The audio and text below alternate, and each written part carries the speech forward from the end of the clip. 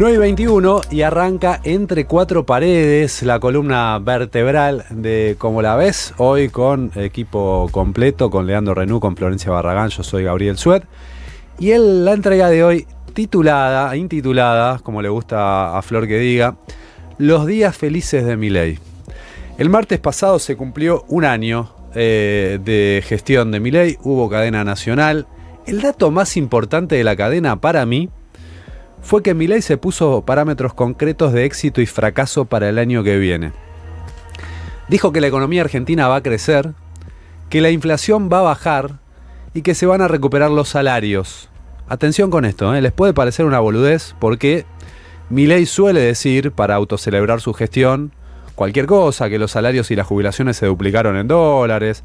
Sabemos que los bienes y los servicios también, o sea que es una gran pelotudez eso que dice, pero de todos modos, para mí es importante lo que dijo en la cadena, porque en el relato que construyó Milei y que buena parte de la sociedad compró, el sufrimiento era necesario porque el resultado de los fracasos de los gobiernos anteriores.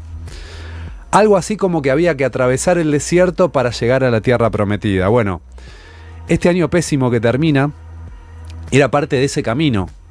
Podría haber dicho Milei que vamos por la mitad de ese camino, que en algún momento indefinido del futuro vamos a llegar a la tierra prometida, prepararnos desde el relato para otro año traumático, pero no dijo eso, dijo otra cosa. Ahora Milei dice que el sacrificio se acabó y que vienen días felices, textual. Les puede parecer una promesa como tantas promesas de las que pronuncian los presidentes en todo el mundo. Para mí es importante que lo diga, porque fijó sus propios parámetros para que se juzgue el año que viene, en las elecciones legislativas, su éxito o su fracaso como presidente. ¿Puede cumplir Milei esa promesa el año que viene? Probablemente sí, digo yo, porque estamos en una burbuja y las burbujas, mientras no estallan, tienen efectos reales, concretos. Y si no, bueno, miren la década del 90, ¿no? Les vengo insistiendo en que empecemos a poner un ojo en la estructura, a pensar hacia qué país nos quiere llevar Milei, de qué tierra prometida nos está hablando.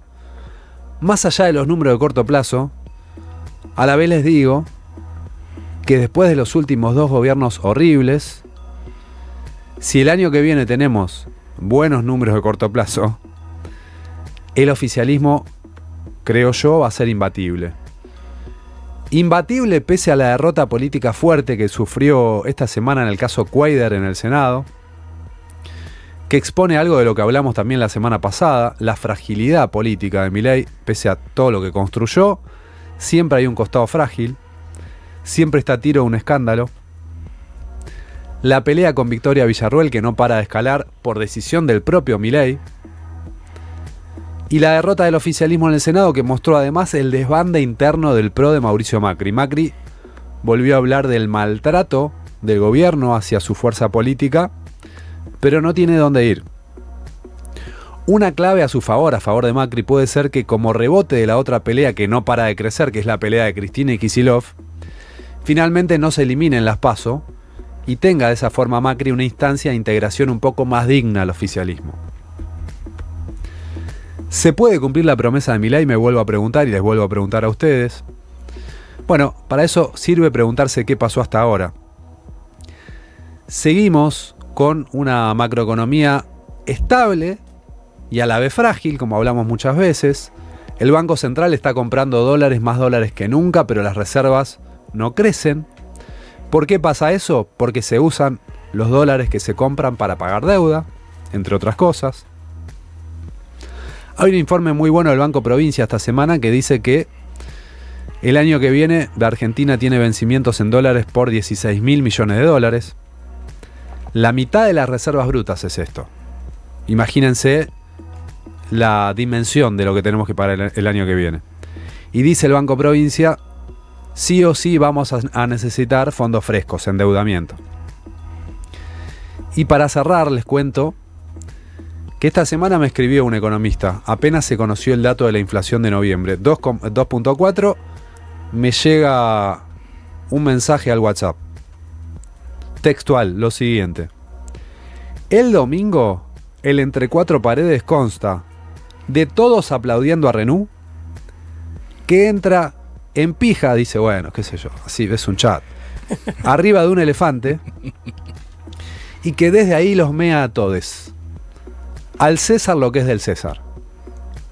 Bueno, ¿por qué? Me dijo esto este economista, porque el INDEC, además de dar el dato de inflación de noviembre, difundió un link para que vos calcules tu propia inflación. Es una forma de reconocer que el IPC no se corresponde con lo que buena parte de la sociedad siente en el bolsillo. Vuelta olímpica de la renuleta. Pero lo quiero poner en su justa dimensión. La inflación de la ciudad de Buenos Aires, que se había conocido unos días antes, de noviembre, la ciudad de Buenos Aires tiene la canasta más actualizada de todas, no como la del INDEC, que es una canasta vieja. En esto viene insistiendo Lean. La canasta del INDEC no pondera, como pondera la canasta de la ciudad, el peso de los servicios, de las tarifas. La inflación de la ciudad había dado en noviembre 3,2% contra 2,4% del INDEC. Pero, atención, la diferencia entre una y otra, entre IPC-GBA, que es lo que verdaderamente mide el INDEC, porque el número final es un promedio entre los IPC provinciales y lo que mide el INDEC, que directamente mide en GBA. Entonces, esa canasta vieja de GBA contra la canasta nueva de Cava, en el interanual acumulado la diferencia entre uno y otro es de 5 puntos. 5 puntos porcentuales. No es tanto, pero son 5 puntos menos de poder adquisitivo para todos. Y acá les intercalo un estudio de un informe de Fundar, de esta semana también, que habla sobre los ingresos populares en el gobierno de Milei. Comparación noviembre 23, septiembre 2024. Paritaria nacional, se perdieron 25 puntos, paritaria nacional docente de 25 puntos. Imagínense, y a esto venía el comentario, si le sumamos los 5 puntos adicionales por los problemas de medición de la inflación, 30 puntos perdieron los docentes. Salario mínimo, menos 27. Si le sumamos 5, menos 32. Salarios públicos, perdieron 16 puntos oficialmente. Si le sumamos 5, 21, no es lo mismo. Salarios registrados privados, están ahí casi empatando, menos 3 puntos abajo. Sumale 5, menos 8. No es lo mismo, ¿no? Salarios no registrados, 13 puntos abajo. Si le sumás 5, 18 puntos abajo. No es lo mismo. Lean, Flor, ¿cómo la ven? Bueno, a ver, 2 o 3 cosas. Hago una aclaración porque me parece que es casi una evaluación del año de Milei, entre cuatro paredes, y a mí me parece que corresponde decir que parte de la situación actual que afronta el presidente, quizás puesto un poco de cuestionamiento por el tema de Cuadra, es la solidez política que tiene, porque yo insisto, y a los que nos gusta la política, admiramos este tipo de procesos de construcción de poder, cuando efectivamente crean una identidad determinada que les permite tener cierta base de sustento, porque sí, al fin y al cabo después lo podemos discutir, pero la discusión que había sobre populismo o no populismo hoy no está, porque el gobierno es un gobierno de carácter populista y sí, eso no es una mala palabra. No. ¿Qué quiero decir? Los gobiernos en general, no medidos por éxito, sino por fenómeno, si querés, entre comillas, popular, son gobiernos de carácter populista. Es decir, tienen una identidad, tienen una conformación de una base social que los apoya. Macri no era un gobierno populista, no se pudo hacer sólido. Es un partido que generó hegemonía política desde la capital federal y que ahora tiene riesgo también de en una posible elección de perderla. Es decir, no tenía identidad. Lo que funciona es el populismo. Sí, este proceso lo discutí el otro día, no me acuerdo con quién, en IP Noticias, que era, bueno, hay líderes que no son populistas y que son exitosos. Alguno me decía, Lula no. Bueno, no lo sé, son temas discutibles.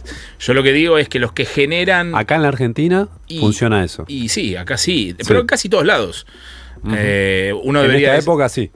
Uno debería decir, por diferentes razones. Bukele es un líder populista. No sé. No, hay países muy particulares, que yo, en Uruguay no hay populismo. Algunos me decían Chile tampoco. Bueno, pero son países que son de muy poca gente, son países distintos, digamos, son cosas distintas, pero no importa. Lo que quería destacar es que claramente el gobierno tiene una base de construcción. Ha creado una identidad política que se va a sostener en el tiempo pese a algún más resultado económico. Exactamente. Sí. Tiene más para ponerlo de otra forma, tiene más posibilidades de supervivencia en la derrota que otros partidos políticos que no creen hegemonía. Coincide. Porque la derrota al final termina ocurriendo, digamos. Sí. Nadie en Argentina por ahora ha renovado mandato en las últimas veces. Dicho esto, señalo eso porque es lo que más sorprende. Lo que no sorprende es lo económico. El tema de lo que nosotros... Yo vengo diciéndolo desde enero, que el gobierno dice la economía se recupera. Estamos en noviembre y los datos siguen diciendo que la economía no se recupera o es muy heterogénea y muy negativa para un año entero de ajuste. En realidad uno debería decir, con este modelo económico lo lógico es que pasará esto. El problema es que el gobierno dice que no pasa. Dice, no, la economía se recupera. La industria sigue teniendo datos negativos, la construcción este mes de noviembre sigue teniendo datos negativos, la metalurgia sigue teniendo datos negativos. Estás en una apertura importadora que ya te está poniendo en tensión con muchos sectores. Después voy a contar algunos detalles de una exposición o una charla muy tensa que hizo esta semana Pablo Roca, el líder de Techín, en el foro de Techín con un funcionario nacional. Y después está el tema de los ingresos que vos decías, que es lo más interesante. Fíjate que cuando se corta la recuperación de los salarios, que es en agosto, o sea, hay un arrastre hasta septiembre de cierta mejora en algunos indicadores económicos que frena ahí. Desde abril. Pero se frena ahí porque la suba real de los salarios, medida como sea, se frena en agosto. Es decir, desde agosto para adelante casi no tenés datos positivos. Vos fíjate el consumo.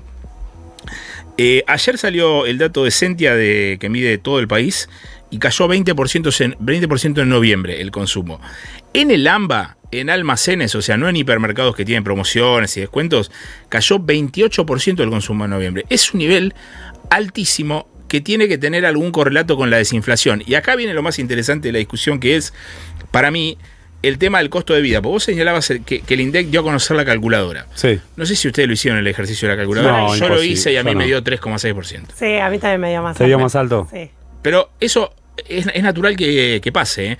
Y ojo, la calculadora no es que es una herramienta que no tiene ningún ente estadístico. La capital lo tiene, hay algunas provincias que lo tienen. El tema es cuándo sale.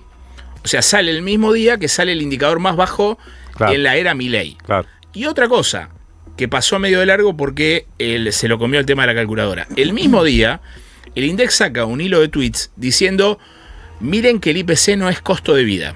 Búsquenlo si pueden. Ajá. Y dice, porque en realidad hay el costo de vida... Bueno, eso lo que evidencia es que el salario no le gana a la inflación, porque no se ve reflejado en una mejora económica, y además contrasta con ¿qué? Con la idea del gobierno, que ayer creo que la repitió un funcionario, creo que Martín Menem, de que si la inflación baja, los salarios suben. Lo cual no es cierto. Uh-huh. Milei, que dice, hay la mejor política de recuperación de poder adquisitivo es que la inflación baje. No. Digamos, la mejor política de recuperación de poder adquisitivo es que los salarios suban. No solo que la inflación baje, si querés. Claro, la combinación. La combinación de las dos cosas. Hay que empezar a mirar el indicador del INDEC seriamente, porque el gobierno no quiere cambiar la fórmula y ya se perdió la posibilidad de hacerlo para el mes de enero. Estamos a 20 días de que empiece enero y ya el gobierno no comunicó que va a medir de otra forma la inflación el año que viene. Entonces, ¿qué es lo que pasa?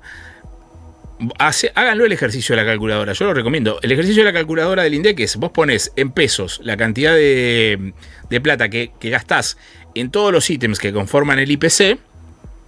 No sé, cuánto gastas en alimentos, cuánto gastas en tarifas, cuánto gastas en servicios, cuánto gastas en, no sé, en todo, en los gastos del hogar, etcétera, etcétera, porque además el INDEC también te computa, no sé, por ejemplo, hay un ítem que no me acuerdo cómo se llama, pero ponele gasto del hogar, que si te viene el plomero, ponele... ¿Pero ustedes llevan un registro de eso? No, pero para hacer el cálculo vos lo tenés que poner. Sí, o sea, pero ¿cómo hicieron? Pero tú no tienes en la cabeza, claro, los gastos más o menos. De tu casa. De todo, no. Bueno, pero es lo de... O sea, pero más o menos cuánto gastas en el súper, eso, ¿sabés nafta? Todo lo que dice eso? Ahora, el costo del hogar, yo qué sé... Si a vos se te rompen cosas todos los meses, más o menos sabés cuánto gastás. Pero sí. No, entonces, cuando vos conformás todo ese indicador, que además se aplica sobre la fórmula del INDEC, te da una inflación más parecida a la de la capital federal, que tiene ya actualizada la canasta, que la del INDEC. Entonces, ¿qué es lo que pasa? Que lo dijo esta semana Emanuel Álvarez Agis en el stream de Cenital, que es algo que también vengo diciendo desde el principio. La inflación en Argentina puede tender a cero y la plata puede seguir sin alcanzar, lo cual parece un contrasentido, pero no lo es, porque recordemos que pasó del 12,5 de Massa, 12,3, al 25 de Milei, al 2,4. O sea, alguna explicación lógica de por qué la economía no repunta con este nivel de desinflación tiene que haber. O sea, no puede ser la única cosa de que, bueno, el año pasado los pesos quemaban y la gente los gastaba. ¿Y de dónde los sacaban los pesos? O sea, que iba al supermercado y le regalaban plata para gastarla. El salario el año pasado, estamos hablando no de una defensa del régimen anterior, estamos hablando de la foto que quedó del régimen anterior.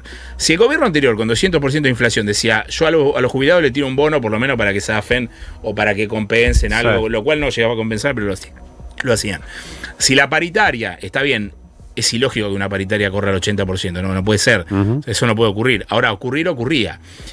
Y ahí voy al último dato y ahí te dejo, Flor. El gobierno está marcando la paritaria por debajo del ritmo de la inflación, de esta inflación, que está mal medida. Entonces, ¿qué es lo que pasa?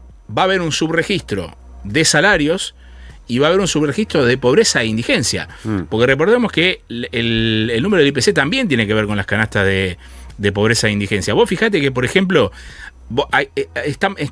contrastan tan mal los datos que, por ejemplo, la misma semana que sale el IPC, sale la canasta de pobreza e indigencia. Y en la capital federal, para no ser pobre, si tenés que alquilar, necesitas casi 2,5 millones de pesos. Entonces vos decís, ¿cómo puede ser que la inflación es de 2,4 si no me representa nada el costo de vida?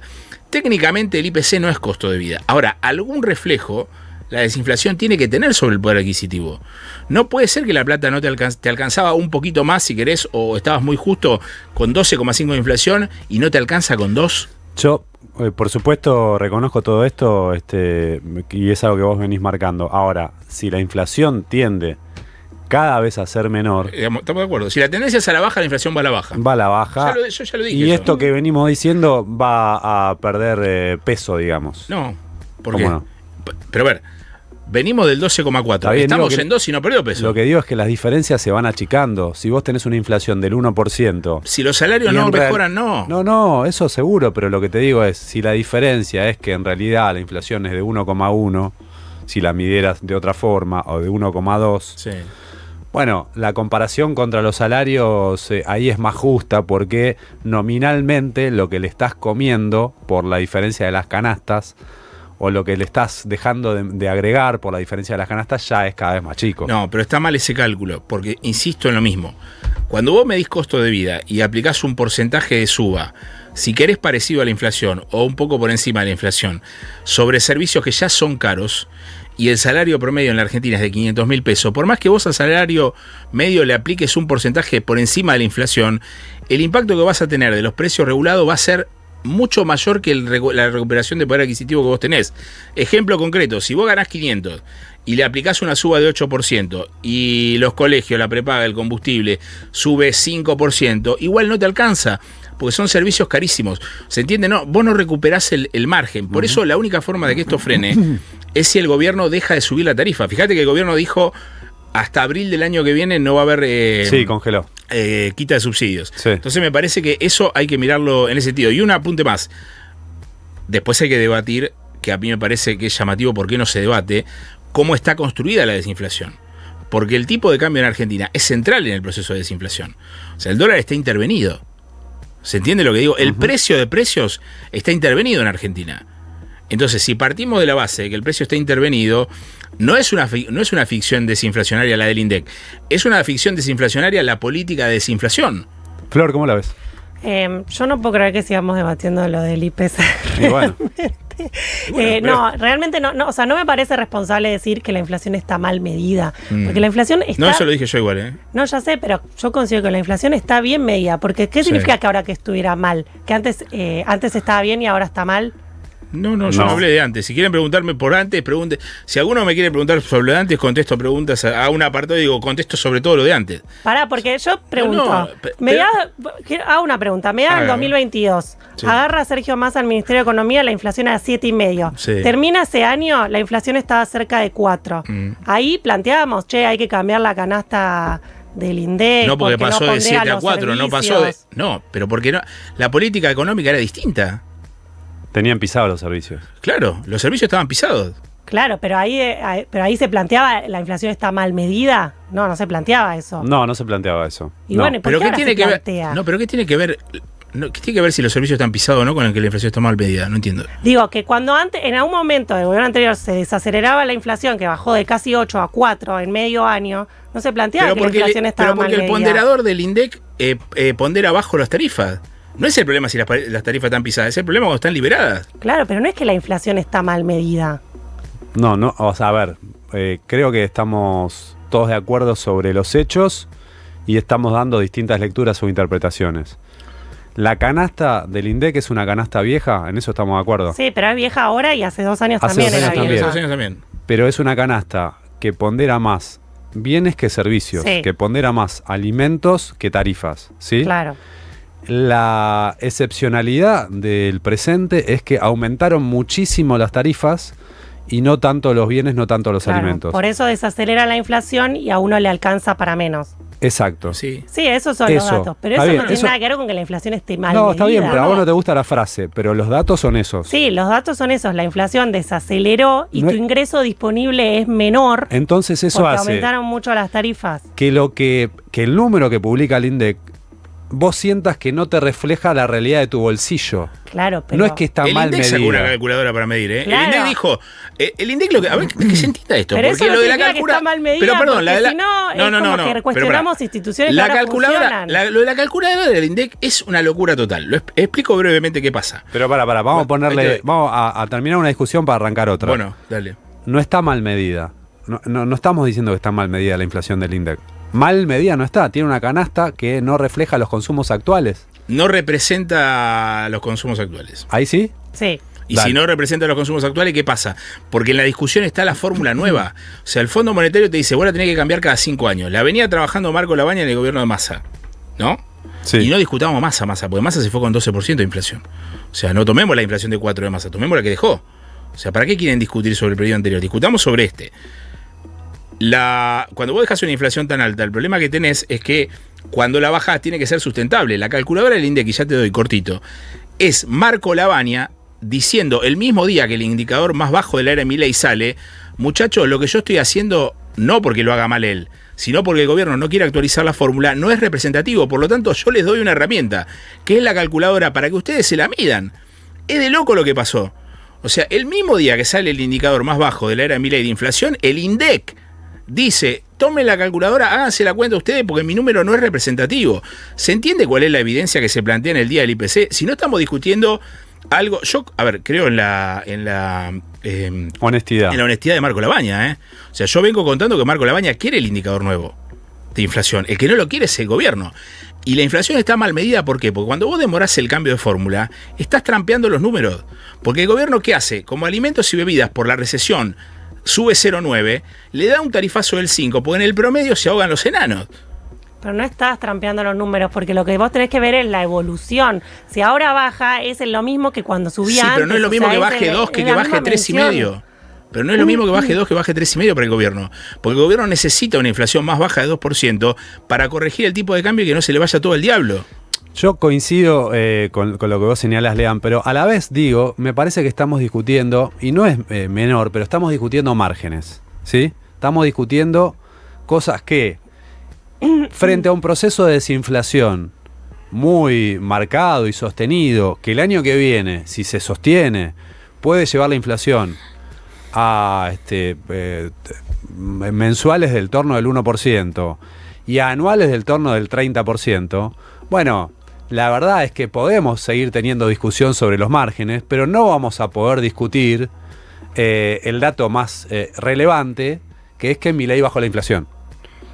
Ese dato no lo vamos a poder discutir. Son dos cosas distintas. En todo caso, vamos a poder discutir, esta baja de la inflación, ¿cómo se refleja en el poder adquisitivo? Los salarios contra la inflación, ¿cómo están? Y ahí sí puede que los márgenes te den 3 puntos para arriba, 2 puntos para abajo. Porque fíjate que en este año, con una inflación interanual del 166%, la diferencia entre la ciudad y GBA fue 5 puntos. ¿Sí? O sea, ¿está bien que le pongamos el foco a esos 5 puntos de 166?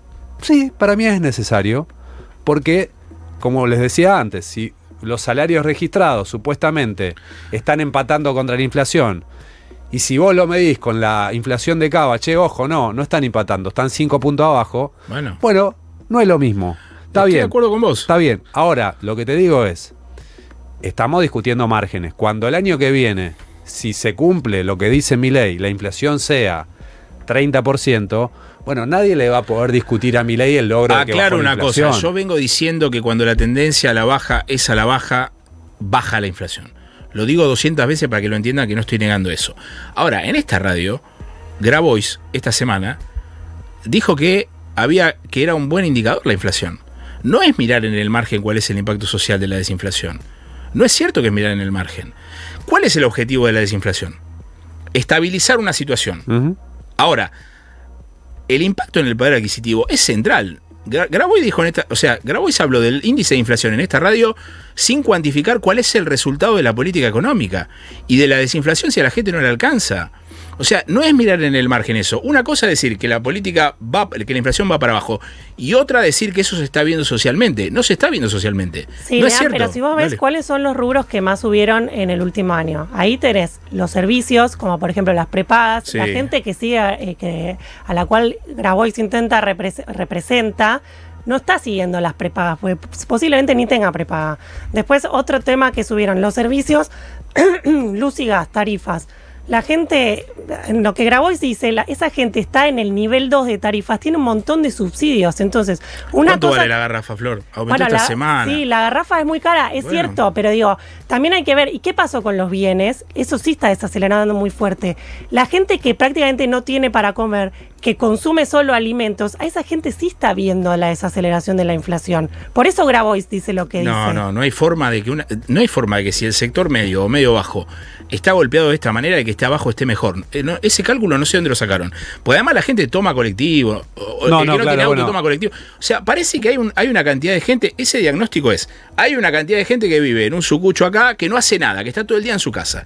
La gente que no tiene recursos, labura, o sea, sale, toma el colectivo, paga la luz, paga la garrafa. La caída de ingresos familiares, más allá de que la AUH sí es verdad, aumentó casi un 100% en términos reales. No así la tarjeta alimentar, pero el combo de las dos es un aumento muy importante. Igual la caída de ingresos de los hogares es muy marcada, porque cayeron los trabajos informales, cayeron las changas, y es verdad que les pega así el aumento de transporte, que es algo de lo que más subió. Pero yo igual en la discusión que tengo con Lean en los últimos meses, de las que vos, Flor, no fuiste parte, yo digo que estamos frente a una Argentina con ganadores y perdedores. Sí. Que puede ser que haya un sector de la sociedad que sienta que este modelo sí le conviene.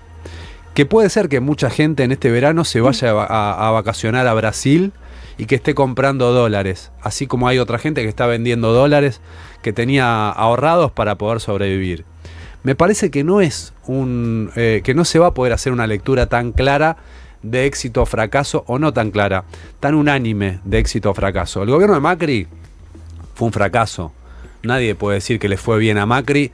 3 de los 4 años cayó la economía, aumentó la pobreza, endeudó al país de manera impresionante. El gobierno de Alberto Fernández fue un fracaso también, nadie lo discute.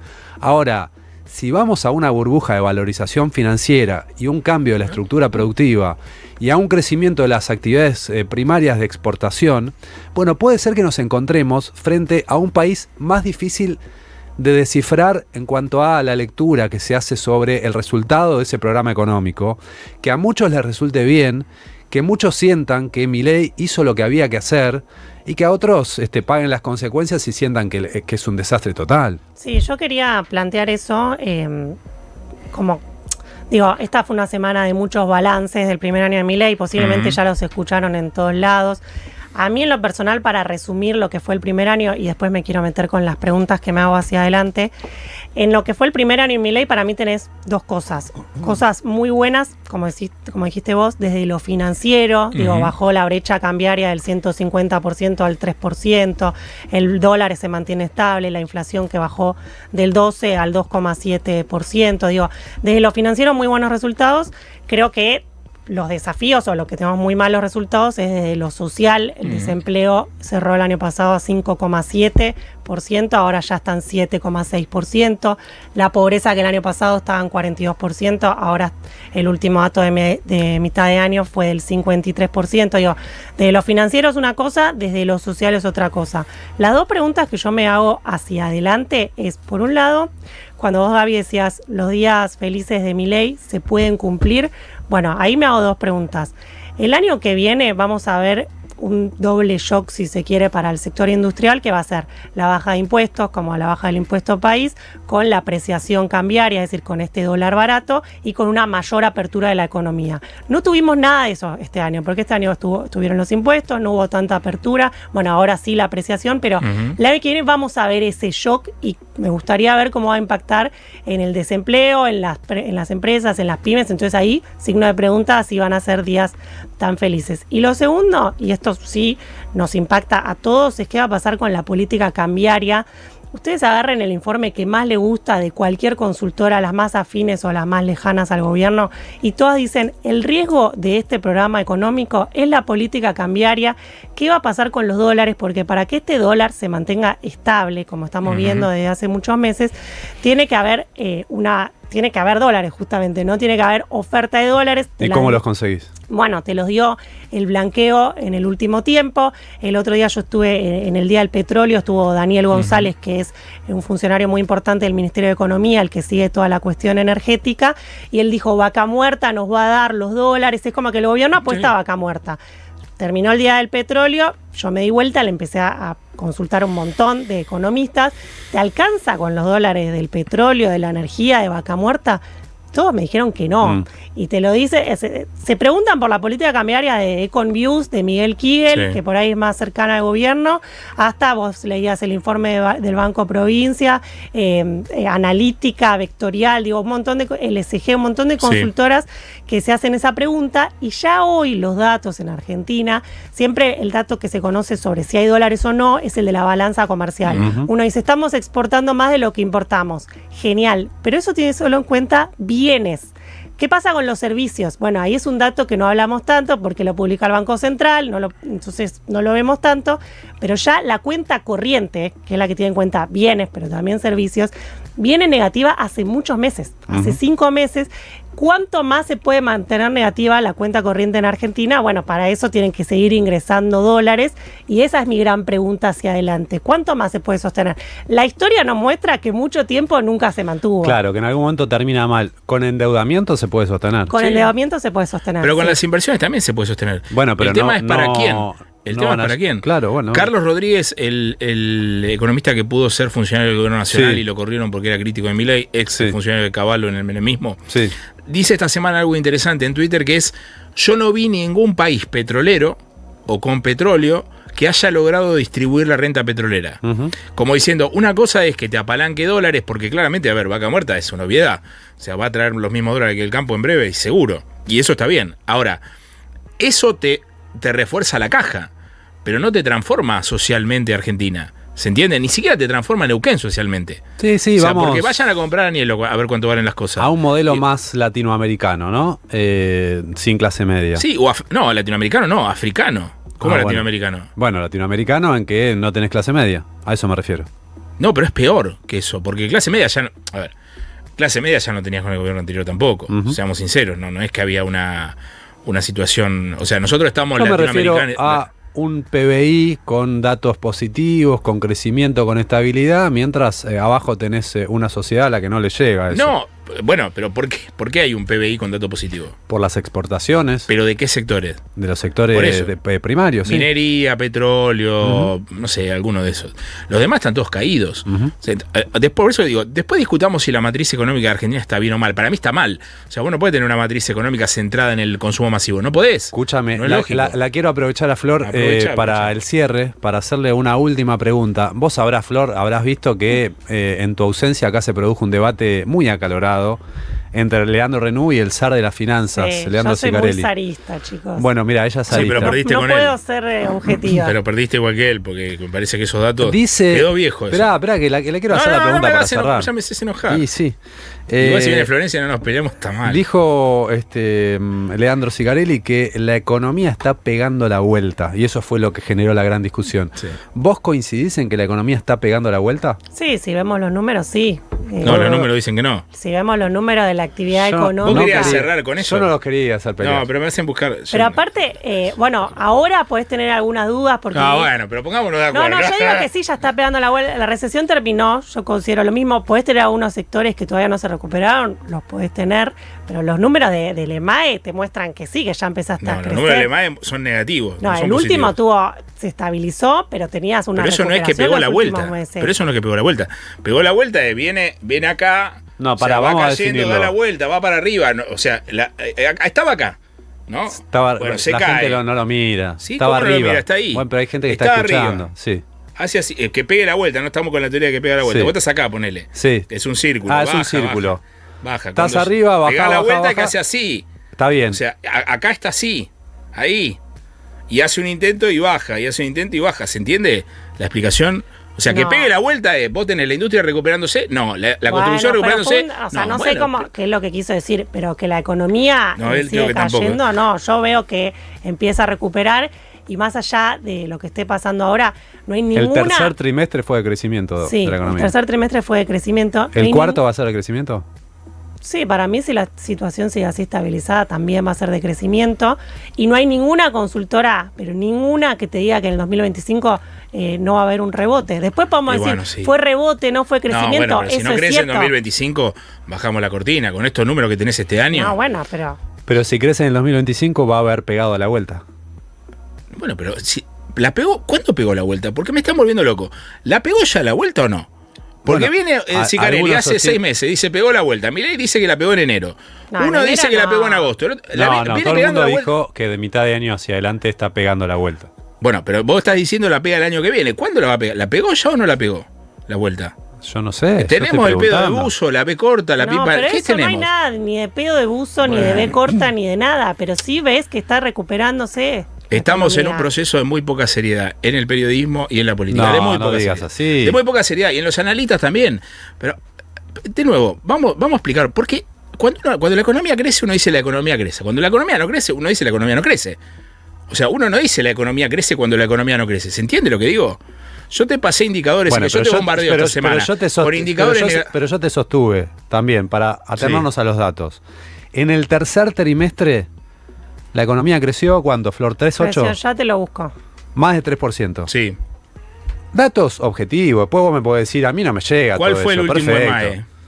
El último EMAE sí. El último EMAE estuvo para abajo. Bueno. Menos 0,3% en el intermensual, pero fíjate que los anteriores los fue corrigiendo el EMAE. Sí, pero porque cambiaron el coso del INDEC. Los intermensuales se corrigen hacia atrás. Es un tema Sí, complejo. eso es difícil. otra cosa distinta. Lo que yo te dije es, el tercer trimestre creció más de 3%. Si el cuarto trimestre también crece, que no lo sabemos, está terminando ahora, eso va a significar que se salió de la recesión y que la economía está pegando la El vuelta. tercer trimestre, me preguntabas el dato Claro, concreto, trepó 3,4% 3,4. en términos desestacionalizados. Es decir, tercer trimestre contra el segundo trimestre. Agarremos lo que pasa. Ese dato, No. ese dato vos que lo da por válido o yo no? no lo doy. A ver, una cosa es lo que dicen los analistas y otra cosa es lo que deben decir los estos son periodistas. las estadísticas. No. A ver, la estadística del INDEC tiene un rezago, ¿no? ¿Estamos de acuerdo? Si no, Y sí. bueno. Tercer Entonces, ¿qué? trimestre Vos creció. ¿Vos cómo? ¿Por qué yo le discutí a Sicarelli y le gané en el debate diciéndole que la economía no había pegado la vuelta? Porque vos tenés que ver los números anticipados. Si el INDEC te da septiembre, vos tenés que hablar con el señor que tiene la construcción y decir, señor de la construcción, Está bien, ¿cuánto pero le está la dando en economía noviembre? no es La solo construcción es un sector de toda la No, economía. pero no terminé. Hablas con señor Gustavo, ¿cómo estás? ¿Cómo te dio el índice de construcción? Mal, listo, en noviembre, tachado. Hablas con Funes de Rioja, hola Daniel, ¿cómo estás? ¿Cómo te dio la Pero- industria? En noviembre, mal, porque el INDEC está dando Pero septiembre. construcción e industria, Pero quizás que déjame no sé. terminar. Hablas con un señor Coto, supermercado. Hola, Alfredo, ¿cómo estás? ¿Cuánto te dio el supermercado en noviembre? Para el culo. ¿Y cuánto te va a dar para adelante? Mal, porque lo que están diciendo es el primer trimestre del año que viene, para estos tres sectores que te estoy diciendo, está mal. Entonces lo que digo es, para vos ver una tendencia sólida, tenés que tomar septiembre si vos tenés una consecución de hechos que te justifican que eso pase. Si así eso no... A ver, muchachos, minería cayó la semana pasada. Minería. O sea, ¿se entiende? Petróleo, a mí me da gracia porque el gobierno anuncia inversiones petroleras. Las inversiones petroleras le iban a hacer con RIGI y sin RIGI. Le regalaron guita a las petroleras. Entonces lo que digo es, pongamos en el escenario todo. Si quieren decir que da la vuelta, lo vienen diciendo desde enero, díganlo. Los indicadores no muestran eso. O sea, muestran que el sector más importante de la economía, el 70% del PBI, que es industria, consumo y construcción, no arranca. O vos, Flor, decís que está bien, que esos tres sectores están bien. No, yo no digo que esos tres sectores están bien, pero digo que la economía, la actividad económica, como se mide, es un conjunto de, te diría, es un más promedio, de 15 sectores. Y en el promedio se ahogan los enanos. En el promedio se ahogan los enanos. Es lo mismo que con el IPC. Bueno, pero vos estás agarrando tres sectores, son muy importantes para la economía. Son claves, ¿no? Muy estaría importantes. bueno que remonten, bueno, pero el estimador mensual de actividad económica tiene en cuenta más de 10 sectores en toda la economía. Y te da que en el tercer trimestre creció. Bueno, díganlo, está bien. Yo no puedo discutir más. Yo estoy dando los datos y me están diciendo que no. Yo también voy a una metalúrgica en La Matanza y no recuperó, pero no por eso me agarro y digo, la economía está cayendo. Cerró Avon, despidió, no cerró, como 300 personas. Cargill suspendió 600 personas. Dow Chemical en Santa Fe cerró. ¿Yo qué quieren que le diga? Si quieren seguir diciendo que dio la vuelta, díganlo. Ahora vos resulta que estás también con el tema de la vuelta. Yo no digo que esté pegando la vuelta. A mí no me consta que esté pegando la vuelta. La verdad que no. Yo lo que digo es, el tercer trimestre creció. Si el cuarto trimestre crece, cosa que todavía no sabemos porque no tenemos las estadísticas, no tenemos los números, ¿vos qué vas a decir? Que crece. Si crece, crece. No, está bien. O sea que vos ya tenés un pronóstico sobre cómo va a dar la estadística oficial del cuarto trimestre. Pero vos tenés que hablar con los sectores. Está bien, yo no digo nada. Pero a ver, Paolo Roca esta semana, muchachos, pensemos un poquito, porque acá hay una cosa, y por eso yo citaba lo de Grabois, porque a mí me parece que un dirigente social no puede tener una mirada sesgada de los datos. Paolo Roca esta semana se sentó con Pablo Lavigne, secretario de Industria, en el foro de pymes de Techín. O sea, en la casa de Paolo Roca lo agarró al pibe y le dijo, Pablo Lavigne, un pibe joven, que me consta que es buena persona, buen profesional y todo, y le dijo, che, pues la charla empezó así, bien. Bueno, está muy bien el ajuste de Javier, le bancamos el tema impositivo, hasta que en un momento dijo, bueno, es el momento de la cuchillada. ¿Qué dice Roca en el momento de la cuchillada? Miren, acá hay un problema. Tienen que gobernar y tener una política como Trump o como Europa, porque hay que combatir de alguna manera la apertura importadora que ustedes están haciendo. La primera cosa que le dice. La segunda que le dice es, no alcanza con que me bajen solamente los impuestos. Porque yo no puedo hacer industria para competir con China si vos me bajás 2% de ingresos brutos. Es decir, le está pidiendo Paolo Roca, que debe ser el tercer empresario más importante de la Argentina, estatismo al gobierno que no es estatista. Paolo Roca, no es que se lo pidió un tipo de una metalúrgica de La Matanza. Si se lo pide Paolo Roca es porque la cadena de valor pyme de Techín, que mayoritariamente está conformada por empresas del conurbano, está quebrada. Yo lo que digo es, vos cuando decís la economía no está pegando la vuelta, te referís a los tres sectores que son los sectores de creación de puestos de trabajo sí, claro, de calidad, de creación intensiva de puestos de trabajo. Sí. Industria, construcción y comercio. Sí. En el tercer trimestre tampoco crecieron esos sectores y así toda la economía creció. ¿Qué significa esto? Que podemos ir a una Argentina con una economía creciendo con los tres sectores que vos mencionas sin crecer. O sea, Nigeria.